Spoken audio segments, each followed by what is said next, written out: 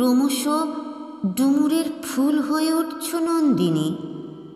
আমি ভুলে যাচ্ছি তোমার চুলের দৈর্ঘ্য, এই সত্যে তোমার করতলের উষ্ণতা, এমনকি তোমার হাসির যে ঝর্ণাটা অনবরত বয়ে যেত আমার শ্রুতির শ্রবণেন্দ্রিয় ঘিরে, ক্রমেই তা অশ্রুত হয়ে উঠছে, মিলিয়ে যাচ্ছে ধীরে ধীরে দিগন্তের ওপারে।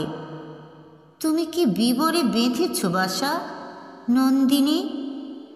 এই লোকালয়, ভিড়ের কোলাহল, সারা শহর জুড়ে কাকের চিৎকার, ধুলো, ডাস্টবিন থেকে ছুটে আসা দুর্গন্ধ, নদীর দূষিত জল, মূর্খ রাজনীতিবিদদের রোষানল থেকে দূরের রাষ্ট্রবিহীন কোনো সবুজ গাঁয়ে।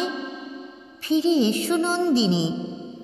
তোমাকে দেখতে না পেয়ে পেয়ে আমিও জাড্যতার গতিময়তার কাছে বন্দী হয়ে পড়ছি। ভুলে যাচ্ছি কি করে গাইতে হয় গান, লিখতে হয় কবিতা, কি করে রুখে দাঁড়াতে হয় রাজপথে অন্যায়ের বিরুদ্ধে। আমি চাই তুমি অপেক্ষার দরজায় এসে টোকা দাও, বাইরে থেকে বলো, দরজা খোলো, আমি নন্দিনী।